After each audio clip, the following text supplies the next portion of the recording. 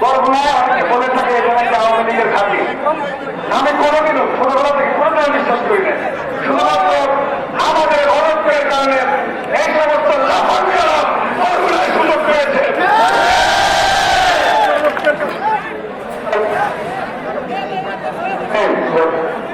আমি বিএনপি পরিবারের বরগুনায় যারা আছে, আমি আপনাদের সন্তান, কারো ছোট ভাই, কারো বন্ধু, কারো সহযোদ্ধা, তাই হাত দিয়ে চলে গেলাম। তারেক রহমান আগামীতে যাকে বরগুনার জন্য সিদ্ধান্ত দিবে, একজন ব্যক্তিও যদি ব্যক্তি সত্ত্বে তার বিরুদ্ধে করবে, বিএনপি এবং জাতীয়তাবাদী পরিবারের সবাই তাকে বর্জন করার আহ্বান জানাচ্ছি।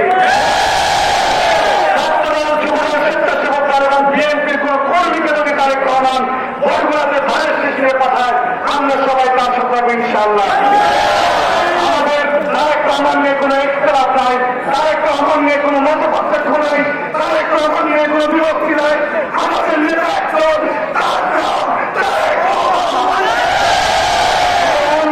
আপনারা এমন কোনো কাজ করবেন না যে ফাঁসিবাদী আওয়ামী লীগ এবং গুপ্ত সংগঠন কোনো সুযোগ পায়।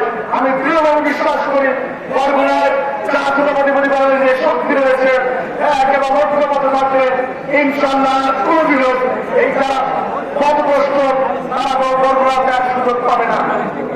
আর একটা কথা বলে শেষ করছি, অ্যাডভোকেট দীনদয়াল সংঘ এখানে অনেকবার ছিলেন, একদম ছোটবেলা থেকে তাকে এমপি থেকে আসছে, কিন্তু 2014 সালের ভোটারবিহীন নির্বাচন এবং 2018 সালের ভোটাকাতির নির্বাচনের পরে বরগুনাতে আমরা দেখেছি 2018 সালের নিঃসরে আওয়ামী লীগ করেছিল ঘরে ঘরে চাকরি দিতে, কিন্তু এই আওয়ামী লীগ ক্ষমতা আসার পরে দীনদয়াল সংঘবাবুর ছেলে সুনাম দেবনা বরগুনার ঘরে ঘরে মুখে দিতে।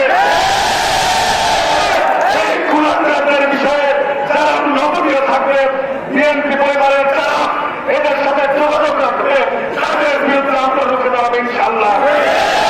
এই সমস্ত ফাঁসিবাদী শক্তি বরগুনার পবিত্র মাঠে আর কোন সুযোগ দেওয়া হবে না ইনশাআল্লাহ। প্রথম যে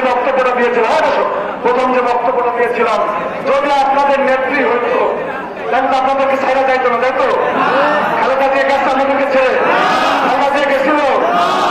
আপনার উদ্দেশ্যে কথা বলে আপা দেখা না দিলে আপা কথা বলবে এমনি লোকজন পড়াও আছে, কেউ ধান খেতে আছে, কেউ দুইটা বিয়া করে শ্বশুর বাড়ি আছে।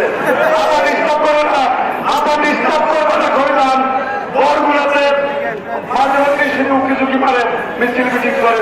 জাতীয়তাবাদী ছাত্র দলকে স্পষ্ট নির্দেশনা দিচ্ছি, এরপরে যতদিন না পর্যন্ত এদের বিচার হয়, যতদিন না পর্যন্ত কলঙ্ক মুক্ত হয়, বরগুনার বাড়িতে আর কেউ মিছিল করবে, আপনাদের বিরুদ্ধে জবাব দিতে আনবে ইনশাআল্লাহ। সবাইকে ধন্যবাদ।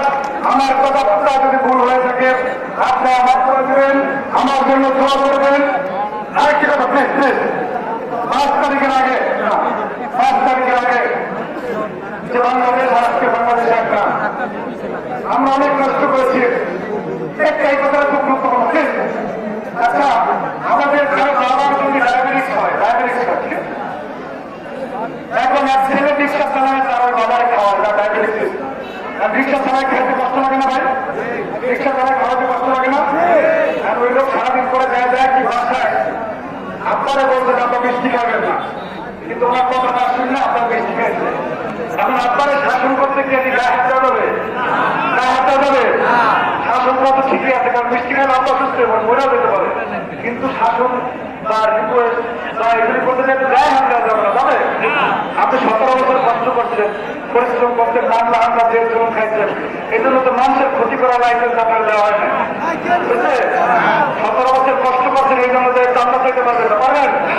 মানুষের জমি দখল করতে পারবেন না, পারবেন? সুতরাং তারেক রহমানের কর্মীরা এগুলি করতে পারে না। বরগুনার মানুষকে বোঝাতে হবে কিনা আওয়ামী লীগ এবং আপনার চরিত্র একটা। বরগুনার মানুষ নয়, বাংলাদেশের মানুষকে বোঝাতে হবে বিএনপি এবং আওয়ামী লীগ একটা। সুতরাং আপনাদেরকে বিষয় সজাগ থাকতে হবে। সর্বোপরি আমি বিদায় নিচ্ছি। বাংলাদেশের আগামী নির্বাচন নেতৃত্ব তারেক রহমানকে নিয়ে একটি স্লোগান দেব, কারণ সবাই আমাদের স্লোগান মাস্টার থাকে। বাংলাদেশের গণমানুষের নেতা আছে।